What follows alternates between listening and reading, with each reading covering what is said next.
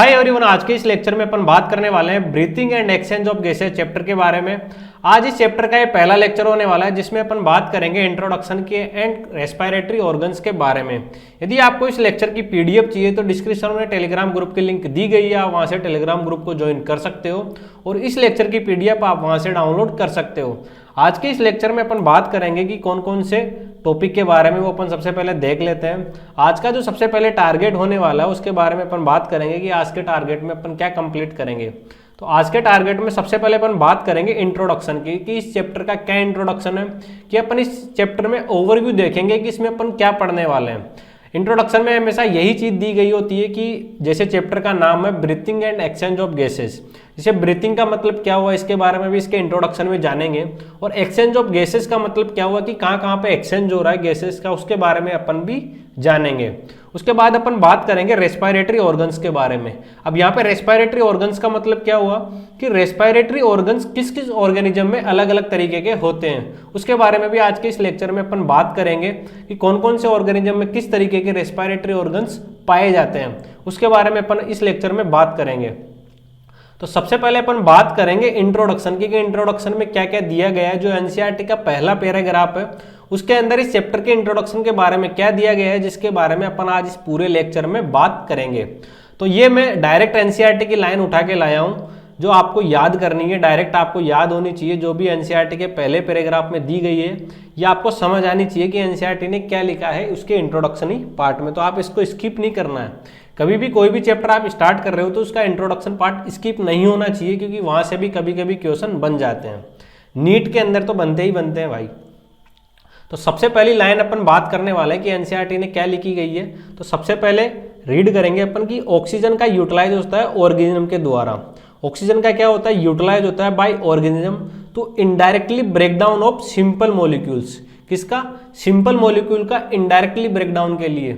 Indirectly का मतलब कि ऑक्सीजन का डायरेक्टली रोल नहीं है। जैसे जैसे आप ब्रीथिंग करते हो, ब्रीथ करते हो, रेस्पायर करते हो, तो वो ऑक्सीजन क्या यूज करती है, ब्रेकडाउन करने में यूज होती है। किस किस का ब्रेकडाउन करते हैं? जैसे simple molecule glucose, amino acids and fatty acids का। किस किस का इनडायरेक्टली ब्रेकडाउन करती है oxygen? Glucose, amino acid and fatty acid का। इनके ब्रेकडाउन से क्या मिलता है अपन को? इनके ब्रेकडाउन से मिलता है एनर्जी, जिसको अपन क्या बोलते हैं, एटीपी, जिसकी फुल फॉर्म क्या होती है, एडिनोसिन ट्राइफॉस्फेट। तो अपन ने क्या समझा इसकी एनसीईआरटी की पहली लाइन से? पहली लाइन से अपन ने समझा कि ऑक्सीजन का जो यूटिलाइजेशन करते हैं कौन, ऑर्गेनिज्म, वो क्या करते हैं, इनडायरेक्टली ब्रेकडाउन करते हैं सिंपल मॉलिक्यूल का। सिंपल मॉलिक्यूल क्या हो गए, ग्लूकोज हो गए, एमिनो एसिड हो गए और फैटी एसिड हो गए। और उनसे क्या परफॉर्म करते हैं, उनसे एनर्जी परफॉर्म होती है, जिनका क्या काम रहता है, वेरियस एक्टिविटी करने में। डिराइव क्या होती है, जैसे इनका ब्रेकडाउन हुआ उससे क्या डिराइव हुआ, एनर्जी, जिसको अपन बोलते हैं एटीपी। और उनसे क्या परफॉर्मिंग होती है, वेरियस एक्टिविटी बॉडी की। जैसे फिजिकल हो गया, अपन कोई काम कर रहे हैं उसके अंदर भी अपन को क्या चाहिए, एनर्जी चाहिए। तो कहाँ से परफॉर्म हो रही है कि अपन इनडायरेक्टली ब्रेकडाउन कर रहे हैं सिंपल मॉलिक्यूल का। जो कौन कौन से हो गए, ग्लूकोज हो गए, एमिनो एसिड हो गए, फैटी एसिड हो गए, एक्सेट्रा, बहुत सारे मॉलिक्यूल हो गए जिनका अपन ने ब्रेकडाउन किया। फिर उससे क्या मिली अपन को, एनर्जी, जिसको अपन बोलते हैं एडिनोसिन ट्राइफॉस्फेट। और फिर उस एनर्जी का अपन ने क्या किया, वेरियस एक्टिविटी करने में परफॉर्म किया। कौन सी अपनी बॉडी जो वेरियस एक्टिविटी करते हैं उसके अपन को एनर्जी की रिक्वायरमेंट रहती है। ये आपकी एनसीईआरटी की पहली लाइन आपको क्लियर होनी चाहिए।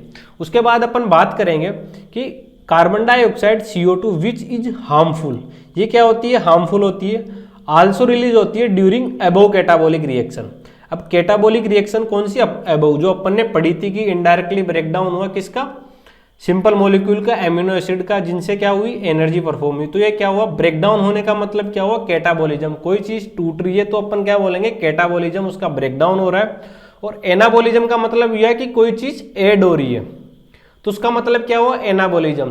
तो कार्बन डाइऑक्साइड क्या हो रही है, रिलीज हो रही है। अबव जो ये कैटाबोलिक रिएक्शन हुई है अपनी, जिसमें इनडायरेक्टली ब्रेकडाउन हुआ ग्लूकोज का, एमिनो एसिड का और फैटी एसिड्स का, तो इसके अंदर क्या हुआ, CO2 रिलीज हो रही है। जो CO2 क्या होती है, हार्मफुल होती है अपनी बॉडी के लिए। इस वजह से अपन ब्रीथिंग के अंदर क्या करते हैं, ऑक्सीजन को इंस्पायर करते हैं और CO2 को एक्सपायर करते हैं। तो सेकंड लाइन भी आपको समझ में आई होगी और फर्स्ट लाइन भी आपको समझ में आई होगी। उसके बाद अपन थर्ड लाइन की बात करेंगे जो एनसीईआरटी के अंदर पहले पैराग्राफ के अंदर दी गई है। पहले पैराग्राफ में क्या दी गई है, the process of exchange of oxygen from the atmosphere.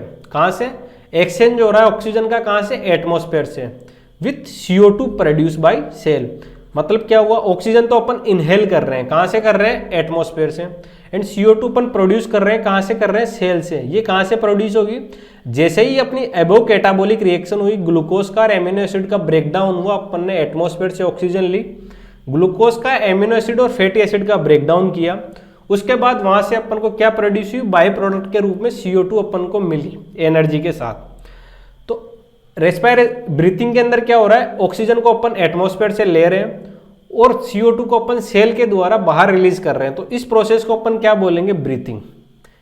समझ में आ गया आपको, क्या हो गया, ऑक्सीजन को इनहेल करना एटमॉस्फेयर से और CO2 को सेल से बाहर निकालना, इस प्रोसेस को अपन क्या बोलते हैं, ब्रीथिंग।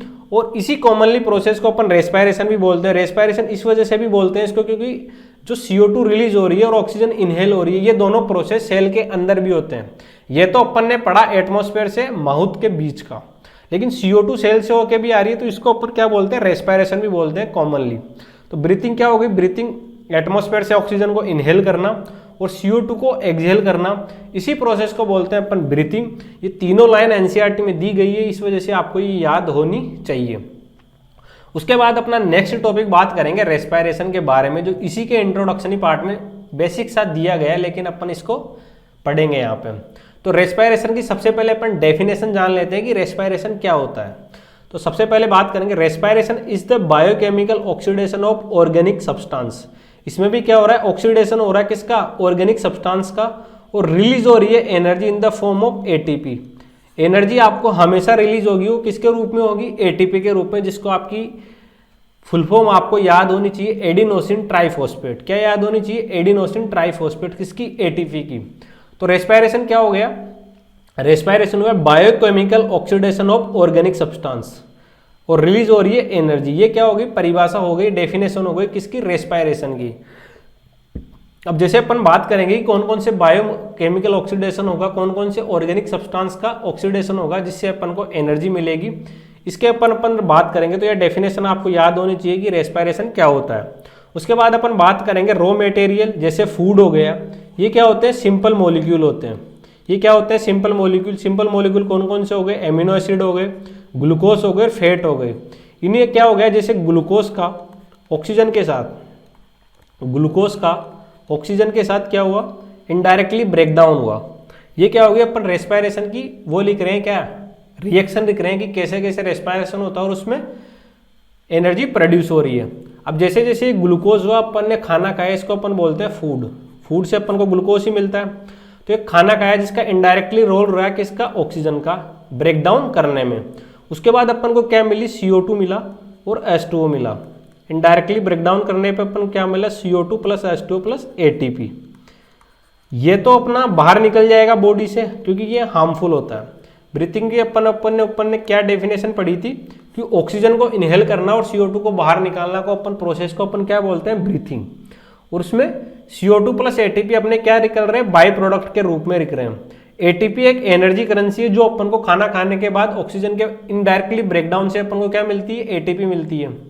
तो ये तीनों प्रोसेस, आपको ये प्रोसेस याद रहा होगा कि रेस्पायरेशन क्या होता है। रेस्पायरेशन रहता है कि बायोकेमिकल ऑक्सीडेशन होता है किसका, ऑर्गेनिक सब्सटेंस का, जिससे अपन को एनर्जी मिलती है। और ये आपको रिएक्शन याद होनी चाहिए कि ग्लूकोज का ऑक्सीजन के साथ इनडायरेक्टली ब्रेकडाउन होकर CO2 H2O और एनर्जी अपन को मिल रही है।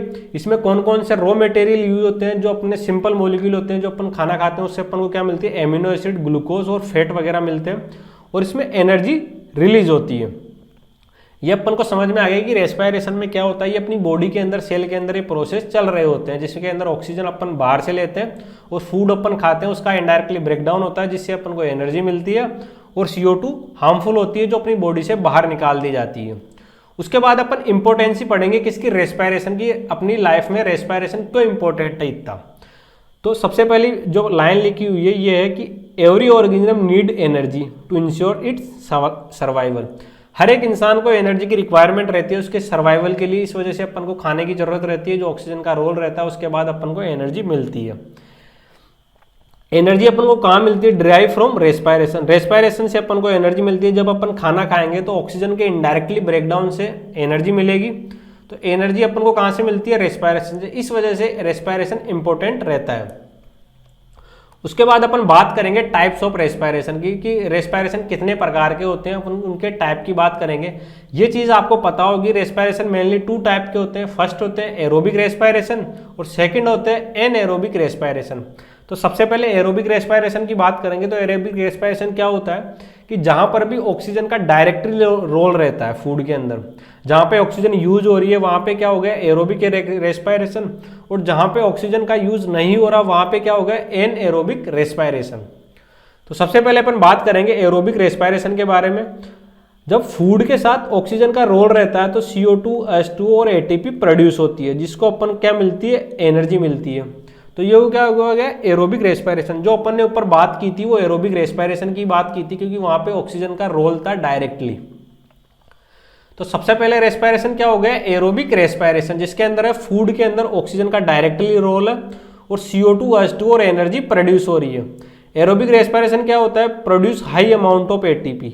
इसके अंदर क्या होता है एरोबिक रेस्पिरेशन के अंदर अपन को ज्यादा मात्रा में क्या मिलती है ATP मिलती है, और ये सब सेल के अंदर बॉडी की पूरी सेल के अंदर एरोबिक रेस्पिरेशन पाया जाता है। तो ये आपको ये चीजें नोट करनी है कि एरोबिक रेस्पिरेशन क्या होता है और एनएरोबिक रेस्पिरेशन क्या होता है। और एरोबिक रेस्पिरेशन कहाँ कहाँ पाया जाता है, कार्डियक मसल्स के अंदर पाया जाता है। जो cardiac muscles perform only aerobic respiration. Cardiac muscles क्या करती है, जो अपनी हार्ट की मसल रहती है वो ओनली एरोबिक रेस्पिरेशन करती है। इस वजह से आपने देखा होगा कि जब किसी को ऑक्सीजन नहीं मिलती तो उसकी डेथ भी हो जाती है। तो वो किसका रोल रहा, किसका, हार्ट का। तो कार्डियक मसल्स को हमेशा क्या चाहिए, ऑक्सीजन चाहिए। इस वजह से हमेशा एरोबिक रेस्पिरेशन क्या करती है, कार्डियक मसल्स हमेशा एरोबिक रेस्पिरेशन करती है। तो टाइप ऑफ रेस्पिरेशन में पहला अपन ने बात की एरोबिक रेस्पिरेशन की, जहां पे ऑक्सीजन का डायरेक्टली रोल है किसमें, फूड के ब्रेकडाउन में, जिससे अपन को एनर्जी मिलती है। उसको अपन क्या बोलते हैं एरोबिक रेस्पिरेशन। यह आपको समझ में आया होगा, मैं ये मानता हूं। अब बात करते हैं अपन एनएरोबिक रेस्पिरेशन की। एनएरोबिक रेस्पिरेशन क्या होता है, एनएरोबिक का मतलब क्या हुआ, जहां पे ऑक्सीजन का डायरेक्टली रोल नहीं है वहां पे ऑक्सीजन एब्सेंट है, उसको अपन क्या बोलेंगे एनएरोबिक रेस्पिरेशन। और एरोबिक रेस्पिरेशन क्या बोलेंगे, जहां ऑक्सीजन का डायरेक्ट रोल है या ऑक्सीजन इन्वॉल्व हो, उसको अपन क्या बोलेंगे एरोबिक रेस्पिरेशन। एनएरोबिक रेस्पिरेशन क्या होगा, अकर इन एब्सेंस ऑफ ऑक्सीजन। ये अपन ने पढ़ लिया कि जहां पे ऑक्सीजन के एब्सेंस में हो रहा है उसको अपन क्या बोलेंगे एनएरोबिक रेस्पिरेशन। इसके प्रोडक्ट क्या होते हैं, जब कोई रिएक्शन होती है जहां पे एनएरोबिक रेस्पिरेशन हो रहा हो वहां पे ऑक्सीजन का कोई रोल रहता, वहां पे अपन को प्रोडक्ट में क्या क्या मिलेगा, एक तो लैक्टिक एसिड मिलेगा और एक एथेनॉल मिलेगा। क्या मिलेगा, एथेनॉल। लैक्टिक एसिड क्यों मिलेगा, क्योंकि जहां पर भी ऑक्सीजन का डायरेक्ट रोल है वहां पे कोई भी एनर्जी प्रोड्यूस नहीं होगी, तो अपन को वहां पे लैक्टिक एसिड के रूप में बाय प्रोडक्ट मिलेगा और एथेनॉल बाय प्रोडक्ट के रूप में मिलेगा। और उसमें क्या प्रोड्यूस होगी, लेस अमाउंट ऑफ ATP, मतलब अपन को बहुत कम एनर्जी मिलेगी कहाँ पे, एनएरोबिक रेस्पिरेशन के अंदर। तो एनएरोबिक रेस्पिरेशन क्या होता है, जहां पे एब्सेंस ऑफ ऑक्सीजन में हो रहा हो और वहां पे lactic acid as a by product मिलेगा आपको और एथेनॉल भी एज ए बाय प्रोडक्ट मिलेगा, जो एक तरीके से कहाँ पे पाया जाता है, अकर इन एंडोपेरासाइट्स, स्केलेटन मसल्स एंड RBC के अंदर, रेड ब्लड सेल्स के अंदर क्या पाया जाता है एनएरोबिक रेस्पिरेशन। स्केलेटल मसल जो अपनी स्कल की मसल होती है उसके अंदर भी अपन को एनएरोबिक रेस्पिरेशन पाया जाता है, और एंडोपेरासाइट जो होते हैं उनके अंदर भी एनएरोबिक रेस्पिरेशन पाया जाता है। तो एनएरोबिक रेस्पिरेशन क्या होता है, जहां पर ऑक्सीजन का डायरेक्ट रोल नहीं है, विदाउट ऑक्सीजन कोई भी रिएक्शन हो रही है, वहां पे बाय प्रोडक्ट रूप में अपन को क्या मिल रहा है, लैक्टिक एसिड और एथेनॉल मिल रहा है। ये क्या होगी, एनएरोबिक रेस्पिरेशन के बारे में अपन ने पढ़ लिया कि जहां पे एब्सेंस ऑफ ऑक्सीजन में हो रहा है वहां पे एनएरोबिक रेस्पिरेशन हो रहा है, और प्रोडक्ट अपन को क्या मिल रहे हैं, लैक्टिक एसिड और एथेनॉल, और उसमें बिल्कुल कम लेस अमाउंट में अपन को क्या मिल रही है, ATP मिल रही है। और ये किस किस के अंदर पाए जाते हैं, एंडोपेरासाइट, स्केलेटल मसल्स और रेड ब्लड सेल्स के अंदर क्या पाए जाते हैं, एनएरोबिक रेस्पिरेशन। यहाँ पे अपन क्या कर रहे हैं, ऑक्सीजन को इनहेल कर रहे हैं, ऑक्सीजन को क्या कर रहे हैं, इनहेल कर रहे हैं और CO2 को आउट कर रहे हैं। तो इसी प्रोसेस को क्या बोला था अपन ने, ब्रीथिंग। ब्रीथिंग किसको बोला था अपन, कि ऑक्सीजन को इनहेल करना और CO2 को एक्सहेल करना, इसी प्रोसेस को अपन क्या बोलते हैं, ब्रीथिंग बोलते हैं। एटमॉस्फेयर में बहुत सी गैसेस पाए जाते हैं जिसको अपन कंप्लीटली एयर के रूप में लिखते हैं, जहां पे नाइट्रोजन होती है, ऑक्सीजन होती है, CO2 होती है और अदर गैसेस भी प्रेजेंट होती है। जिसके अंदर ये हो गया एक्सटर्नल रेस्पिरेशन, मतलब बॉडी के बाहर जो प्रोसेस हो रही है उसको अपन बोलते हैं एक्सटर्नल रेस्पिरेशन। अब जैसे ही अपन बात करेंगे लंग्स के अंदर और टिश्यू के अंदर भी ये चीजें होती है, जहां पे अपन CO2 को तो क्या करते हैं, ऑक्सीजन को तो क्या करते हैं अंदर लेते हैं और CO2 को बाहर निकालते हैं। CO2 को बाहर निकालते हैं। तो इसी प्रोसेस को क्या बोलते हैं यहाँ पर भी, लेकिन इसको अपन बोलते हैं इंटरनल रेस्पिरेशन, क्योंकि ये बॉडी के अंदर हो रहा है। जहाँ पे अपन लंग्स से टिश्यू की तरफ से क्या करते हैं, ऑक्सीजन को लेते हैं, और टिश्यू से लंग्स की तरफ अपन को क्या करते हैं, CO2 को बाहर निकालते हैं। तो इसको अपन क्या बोले, इंटरनल रेस्पिरेशन। तो ब्रीथिंग क्या होती है, एक फिजिकल प्रोसेस होती है, एयर ऑफ मोमेंट होता है। जहाँ पे रेस्पिरेशन कहाँ होता है, सेलुलर प्रोसेस होती है, जो वहाँ पे एनर्जी रिलीज होती है। जहाँ पे सेल के अंदर अपन को खाना खाएंगे वहाँ पे ऑक्सीजन की नीड होगी, जहाँ पे ब्रेकडाउन से अपन को क्या मिलेगी, एनर्जी मिलेगी। तो ब्रीथिंग से क्या हो गया, रेस्पिरेशन क्या होता है, एक्सटर्नल भी होता है और इंटरनल भी होता है। इस डायग्राम से अपन ने ये पढ़ा। उसके बाद अपन ने इंट्रोडक्टरी पार्ट अपना कंप्लीट हो गया, जहाँ पे अपन ने बात करी है इंट्रोडक्शन के अंदर, जो मेनली होता है कि ऑक्सीजन के इनडायरेक्टली ब्रेकडाउन से एनर्जी मिलती है अपन को, और उसमें CO2 हार्मफुल होती है, और जो ऑक्सीजन को इनहेल करना और CO2 को बाहर निकालना, इसी प्रोसेस को अपन ने क्या बोला, ब्रीथिंग। ये अपन ने इंट्रोडक्शनरी पार्ट में पढ़ लिया। उसके बारे में अपन बात करें रेस्पिरेशन के बारे में। रेस्पिरेशन ने अपन ने बात करी एरोबिक रेस्पिरेशन की, जहाँ पे ऑक्सीजन की नीडेड होती है, जहाँ पे बिना ऑक्सीजन के काम नहीं चलता, वहाँ पे ऑक्सीजन की मदद से अपन को क्या मिलती है, एनर्जी मिलती है। कहाँ पे, एरोबिक रेस्पिरेशन में, जो मेनली कार्डियक मसल्स के अंदर एरोबिक रेस्पिरेशन ही होता है। उसके बाद अपन ने बात करी एनएरोबिक रेस्पिरेशन की। जो एनएरोबिक रेस्पिरेशन क्या होता है, जहाँ पे ऑक्सीजन की एब्सेंस में क्या हो रहा है, रेस्पिरेशन हो रहा हो। वो कहाँ होता है, एंडोपेरासाइट्स के अंदर, स्केलेटल मसल्स के अंदर और RBC के अंदर क्या होता है, एनएरोबिक रेस्पिरेशन होता है। उसके बाद आज का अगला टॉपिक अपना रहने वाला है रेस्पिरेटरी ऑर्गन्स के बारे में, कि रेस्पिरेटरी ऑर्गन्स क्या होते हैं। जो अलग अलग ऑर्गेनिज्म में रेस्पायर करने के अलग अलग तरीके होते हैं, तो वही हो गए, क्या हो गए, रेस्पिरेटरी ऑर्गन्स। तो रेस्पिरेटरी ऑर्गन्स में अपन सबसे पहले बात करेंगे कि जो habitat and level of organisation के लेवल पे अपन ने डिवाइड किया है किसको, रेस्पिरेटरी ऑर्गन्स को। ये अपन ने different type of respiratory structure are present depending on habitat and level of organisation. मतलब सब ऑर्गेनिज्म के अंदर डिफरेंट टाइप के रेस्पिरेटरी स्ट्रक्चर प्रेजेंट होती है, लेकिन ये किस पे डिपेंड करती है, हैबिटेट पे डिपेंड करती है, और उनके लेवल ऑफ ऑर्गेनाइजेशन पे डिपेंड करती है कि उनमें कौन कौन से लेवल का ऑर्गेनाइजेशन पाया जाता है, जिस पे डिपेंड करते हैं कि उनमें किन किन तरीके की रेस्पिरेटरी स्ट्रक्चर प्रेजेंट होगी। अब जैसे अपन बात करेंगे कि रेस्पिरेटरी स्ट्रक्चर प्रेजेंट होती है सब डिफरेंट ऑर्गेनिज्म में अलग अलग तरीके की। तो जैसे कोई ऑर्गेनिज्म हो गए जो एक्वाटिक, जो जल के अंदर पाए जाते हैं, और कुछ हो गए जो जहाँ पे टेरेस्ट्रियल लैंड के ऊपर पाए जाते हैं, जहाँ पर ऑक्सीजन करना, मतलब ऑक्सीजन लेना आसान होता है, मतलब ब्रीथिंग करना इजी होता है। और जैसे अपन बात करेंगे वाटर के अंदर की, एक्वाटिक के अंदर की, तो वहाँ पे ब्रीथिंग करना डिफिकल्ट होता है। कहाँ पे, एक्वाटिक के अंदर। क्यों होता है, क्योंकि एक्वाटिक के अंदर डेंसिटी ज़्यादा होती है, वहाँ पे विस्कोसिटी भी ज़्यादा होती है, तो इस वजह से ब्रीथिंग भी करना भी क्या होता है, डिफिकल्ट होता है। कहाँ पे, एक्वाटिक के अंदर। और टेरेस्ट्रियल की बात करेंगे तो वहाँ पे एयर भी डेंसिटी एंड विस्कोसिटी क्या होती है, लो होती है। डेंसिटी भी कम होगी और विस्कोसिटी भी कम होगी, जिससे अपन को क्या करना रहेगा, ब्रीथिंग करना इजी रहेगा। कहाँ पे, टेरेस्ट्रियल के अंदर। अब अपन रिक्वायर होती है more energy for breathing than terrestrial. कहाँ पे, एक्वाटिक के अंदर जो रिक्वायरमेंट रहती है एनर्जी की, मतलब ब्रीथिंग की, वो ज़्यादा रहती है। किसके अंदर, एक्वाटिक के अंदर, क्योंकि वहाँ पे डेंसिटी एंड विस्कोसिटी ज़्यादा होने की वजह से ब्रीथिंग करना डिफिकल्ट रहता है। इस वजह से वहाँ पे क्या होती है, ब्रीथिंग करना हार्ड रहता है। कहाँ पे, अंदर, एक्वाटिक के अंदर। और टेरेस्ट्रियल के अंदर ब्रीथिंग करना इजी रहता है। इस वजह से एक्वाटिक के अंदर आपको एनर्जी की ज़्यादा रिक्वायरमेंट पड़ेगी। ये अपन ने बात कर ली कि जैसे रेस्पिरेटरी स्ट्रक्चर सब में अलग अलग होती है, वो किसके ऊपर डिपेंड करती है, habitat and level of organisation के ऊपर। लेकिन फिर अपन ने बात करी कि जो एक्वाटिक ऑर्गेनिज्म होते हैं और जो टेरेस्ट्रियल ऑर्गेनिज्म होते हैं, मतलब जो वाटर के अंदर रहते हैं और जो लैंड के ऊपर रहते हैं, उन दोनों में क्या रहता है, डिफरेंस रहता है। क्योंकि एक्वाटिक के अंदर वाटर जो ऑक्सीजन रहती है वो कम रहती है, तो वहाँ पे ब्रीथिंग करना क्या रहता है, हार्ड रहता है। किसके अंदर, एक्वाटिक के अंदर। और जो टेरेस्ट्रियल जो लैंड पे रहते हैं उनके अंदर क्या रहते हैं, ब्रीथिंग करना ईजी रहता है। कहाँ पे, टेरेस्ट्रियल के अंदर। तो अपन को डिफरेंस समझ में आया होगा। उसके बाद अपन बात करेंगे रेस्पिरेटरी स्ट्रक्चर के बारे में। तो सबसे पहले अपन जो रेस्पिरेटरी स्ट्रक्चर के बारे में बात करेंगे वो नॉन कॉर्डेट्स के बारे में बात करेंगे कि नॉन कॉर्डेट्स के अंदर कौन कौन सी रेस्पिरेटरी स्ट्रक्चर पाई जाती है। तो सबसे पहले अपन बात करेंगे कि डिफरेंट होती है सभी एनिमल्स के अंदर रेस्पिरेटरी स्ट्रक्चर। तो सबसे पहले अपन बात कर लेंगे कि जो जनरल बॉडी सरफेस होता है, मतलब ये जो बॉडी सरफेस हो गया, वहाँ से कौन कौन रेस्पिरेशन करता है। मतलब जो ये बॉडी, जैसे ये कोई ऑर्गेनिज्म हो गया, इसकी बॉडी की सरफेस से कौन कौन रेस्पायरेशन करता है, उसके बारे में अपन बात करेंगे कि कौन कौन से फाइलम होते हैं जो यहाँ से रेस्पायरेशन करते हैं बॉडी की सरफेस से।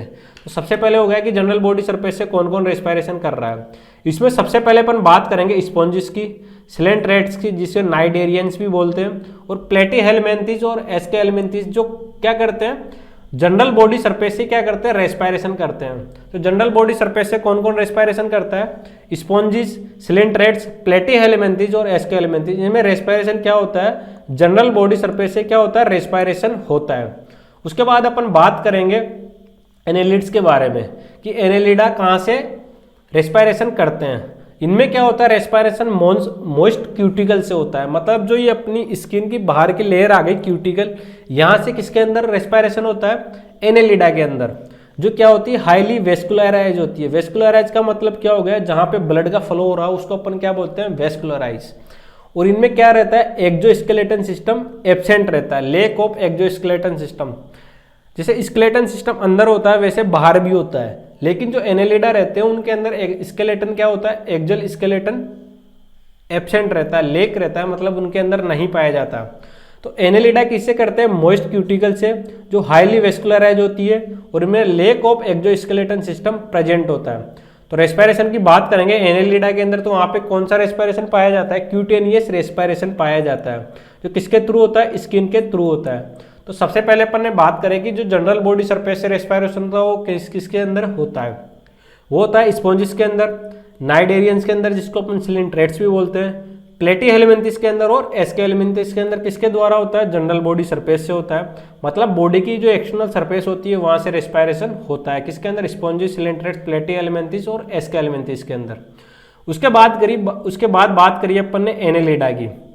एनेलिडा में अपन ने क्या बात करी कि यहाँ पे जो क्यूटिकल होती है, अपनी जो स्किन की बाहर की लेयर होती है क्यूटिकल, वहां से किसके अंदर रेस्पायरेशन होता है, एनेलिडा के अंदर, और हाईली वेस्कुलराइज होती है और इनके अंदर एक्सोस्केलेटन सिस्टम भी एब्सेंट रहता है। तो एनेलिडा के अंदर किसके द्वारा होता है, क्यूटेनियस रेस्पायरेशन होता है, जो एक स्किन के थ्रू क्या हो रहा है, रेस्पायरेशन हो रहा है।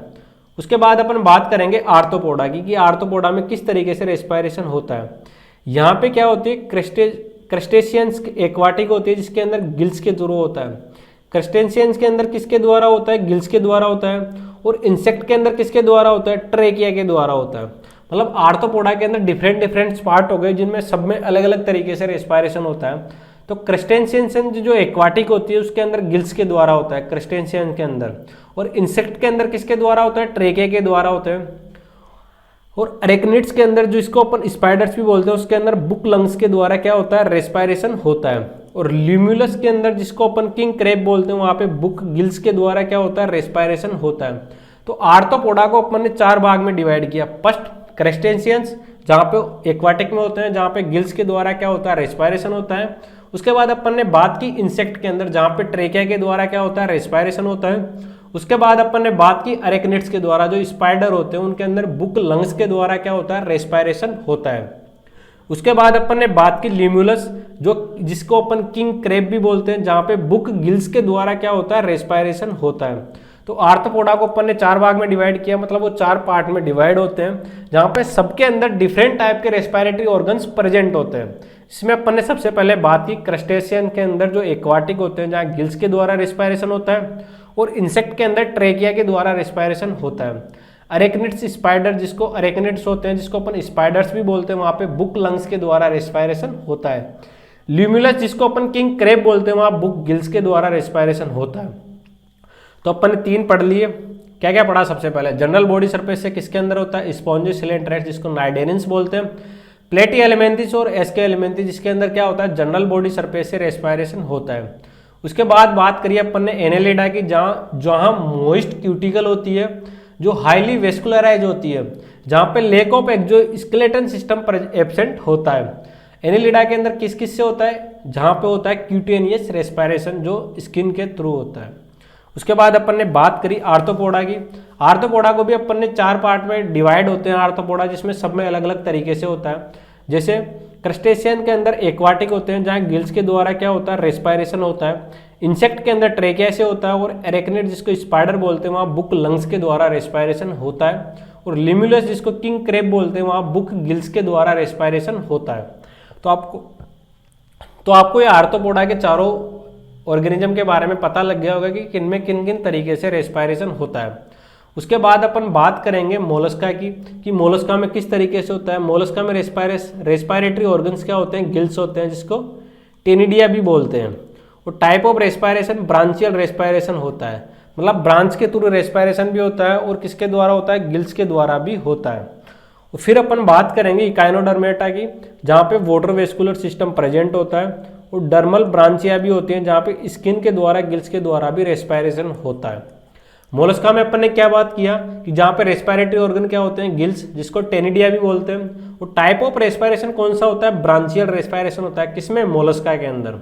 इकाइनोडर्मेटा के अंदर वाटर वेस्कुलर सिस्टम प्रेजेंट होता है जहाँ पर डर्मल ब्रांचिया जो स्किन के द्वारा वहाँ पे रेस्पायरेशन होता है इकाइनोडर्मेट्स के अंदर।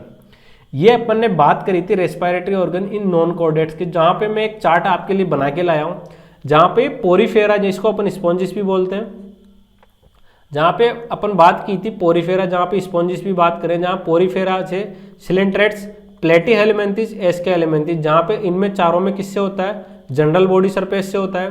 और एनेलिडा में किससे होता है, क्यूटेनियस रेस्पायरेशन होता है। जो भी एनेलिडा दो पार्ट में डिवाइड है, मोलस्का और इकाइनोडर्मेटा, जहाँ पे अपन ने इनकी लास्ट में बात की थी। तो ये किस किस के अंदर आते हैं, कौन, मोलस्का और इकाइनोडर्मेटा, ये एनेलिडा के अंदर आते हैं जिसको अपन अर्थवर्म भी बोलते हैं, जहाँ पे क्यूटेनियस रेस्पायरेशन होता है। मोलस्का में किस किस के द्वारा होता है, गिल्स के द्वारा होता है जिसे ब्रांचियल रेस्पायरेशन बोलते हैं। और इकाइनोडर्मेट्स के अंदर क्या होता है, गिल्स के द्वारा भी होता है और वेस्कुलर सिस्टम भी प्रेजेंट होता है जिसको अपन ट्यूब फिट बोलते हैं, जहाँ पे डर्मल ब्रांचिया भी होते हैं और वेस्कुलर सिस्टम के द्वारा भी रेस्पायरेशन होता है। उसके बाद अपन ने बात की थी आर्थ्रोपोडा के बारे में। आर्थ्रोपोडा एक 4 टाइप में डिवाइडेड है, जहाँ पे क्रस्टेशियन के अंदर होते हैं जो एक्वाटिक होते हैं, जिसके अंदर अपन ने गिल्स से रेस्पायरेशन होता है। उसके बाद अपन ने बात की थी इंसेक्ट की, जहाँ पे ट्रेकियल सिस्टम प्रेजेंट होता है, पूरे एक पाइप से नुमा संरचना होती है ट्रेकियल की, जहाँ पे किसके अंदर होता है, इंसेक्ट के अंदर ट्रेकियल सिस्टम के द्वारा रेस्पायरेशन होता है। अरेक्निड्स जिसको अपन बुक लंग्स भी बोलते हैं, वहाँ पे पल्मोनरी रेस्पायरेशन पाया जाता है। और लिम्युलस किंग क्रेब के अंदर बुक गिल्स होते हैं जहाँ पर ब्रांचियल रेस्पायरेशन होता है। तो ये आर्थ्रोपोडा को डिटेल में पढ़ लिया, और आप यदि इस चार्ट को कंप्लीटली याद कर लोगे तो आपके क्वेश्चन कहीं गलत नहीं होंगे। नीट के अंदर रेस्पायरेटरी ऑर्गन से क्वेश्चन बहुत ज़्यादा पूछे जाते हैं, तो आपको ये रेस्पायरेटरी ऑर्गन्स का जो भी पूरा पार्ट है वो आपको कंप्लीटली याद होना चाहिए। उसके बाद अपन बात करेंगे वर्टिब्रेट्स के अंदर। सबसे पहले अपन बात की थी रेस्पायरेटरी ऑर्गन नॉन कॉर्डेट्स के अंदर, अपन बात करेंगे वर्टिब्रेट्स के अंदर कौन कौन से रेस्पायरेटरी ऑर्गन्स पाए जाते हैं। तो सबसे पहले अपन बात करेंगे फिशिस की। फिशिस के अंदर क्या होता है, गिल्स के द्वारा रेस्पायरेशन होता है, रेस्पायरेटरी अकल ड्यू टू गिल्स। तो आपको याद करना है कि फिशिस के अंदर किसके द्वारा रेस्पायरेशन होता है, गिल्स के द्वारा। वर्टिब्रेट्स में जैसे ही अपन ने बात की तो सबसे पहले बात हुई कि वर्टिब्रेट्स में किस टाइप का रेस्पायरेशन पाया जाता है। तो सब जिसमें अपन 5 पार्ट में डिवाइड किया वर्टिब्रेट्स को, जिसमें फिशिस, एम्फीबियंस, रेप्टाइल्स, बर्ड्स और मैमल्स के अंदर, इनके अंदर किस किस तरीके से रेस्पायरेशन होता है। तो सब में अलग अलग तरीके से रेस्पायरेशन होता है, और किसमें ड्यूल तरीके से भी रेस्पायरेशन होता है। जैसे एम्फीबियंस में अपन बात करेंगे तो हमें स्किन के द्वारा और लंग्स के द्वारा भी रेस्पायरेशन होता है। जैसे अपन ने बात की फिशिस के अंदर, तो फिशिस के अंदर किसके द्वारा होता है, गिल्स के द्वारा रेस्पायरेशन होता है। उसके बाद अपन बात करेंगे एम्फीबिया। एम्फीबियंस के अंदर किसके तरीके से रेस्पायरेशन होता है, वहाँ पे स्किन का भी यूज होता है, बकल कैविटी का भी यूज होता है और लंग्स का भी यूज होता है। तो मेनली किस किस के द्वारा रेस्पायरेशन हुआ, स्किन के द्वारा और लंग्स के द्वारा। तो वहाँ पे 2 तरीके का रेस्पायरेशन पाया जाता है, किसके अंदर, एम्फीबियंस के अंदर, जहाँ पे स्किन के द्वारा भी रेस्पायरेशन हो रहा है और लंग्स के द्वारा भी रेस्पायरेशन हो रहा है। तो वर्टिब्रेट्स में अपन ने 5 तरीके के रेस्पायरेशन पढ़ने की, रेप्टाइल्स, बर्ड्स, मैमल्स, एम्फीबिया और फिशिस के अंदर। तो अपन ने सबसे पहले बात की थी फिशिस की। फिशिस में किसके द्वारा हुआ, गिल्स के द्वारा। एम्फीबिया में किसके द्वारा हुआ, स्किन के द्वारा और लंग्स के द्वारा। उसके बाद अपन ने बात की रेप्टाइल्स के बारे में कि रेप्टाइल्स में किस तरीके से रेस्पायरेशन होता है। तो रेस्पायरेटरी ऑर्गन्स क्या होते हैं किसके अंदर, रेप्टाइल्स के अंदर लंग्स होते हैं। रेस्पायरेटरी ऑर्गन्स रेप्टाइल्स में क्या होते हैं, लंग्स होते हैं, जहाँ पे रेस्पायरेशन किसके द्वारा हो रहा है, लंग्स के द्वारा हो रहा है। उसके बाद अपन ने बात की थी बर्ड्स के अंदर की, बर्ड्स के अंदर किस तरीके से रेस्पायरेशन होता है। यहाँ पे respiratory organ lungs plus air sac होती है जो एवेस्कुलर होती है। एवेस्कुलर का क्या मतलब हुआ, जहाँ पर ब्लड का फ्लो नहीं हो रहा है, जहां ब्लड का फ्लो हो रहा है उसको वेस्कुलर बोलते हैं, और एवेस्कुलर वहां होते हैं जहां पे ब्लड का फ्लो नहीं होता।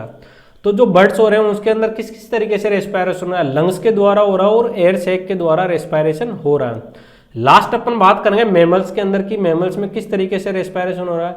मेमल्स में भी लंग्स के द्वारा रेस्पिरेशन होता है, ये आपको पता है, अपन भी मेमल्स के अंदर आते हैं, ह्यूमंस, जिसके अंदर किसके द्वारा रेस्पिरेशन हो रहा है, लंग्स के द्वारा रेस्पिरेशन होता है।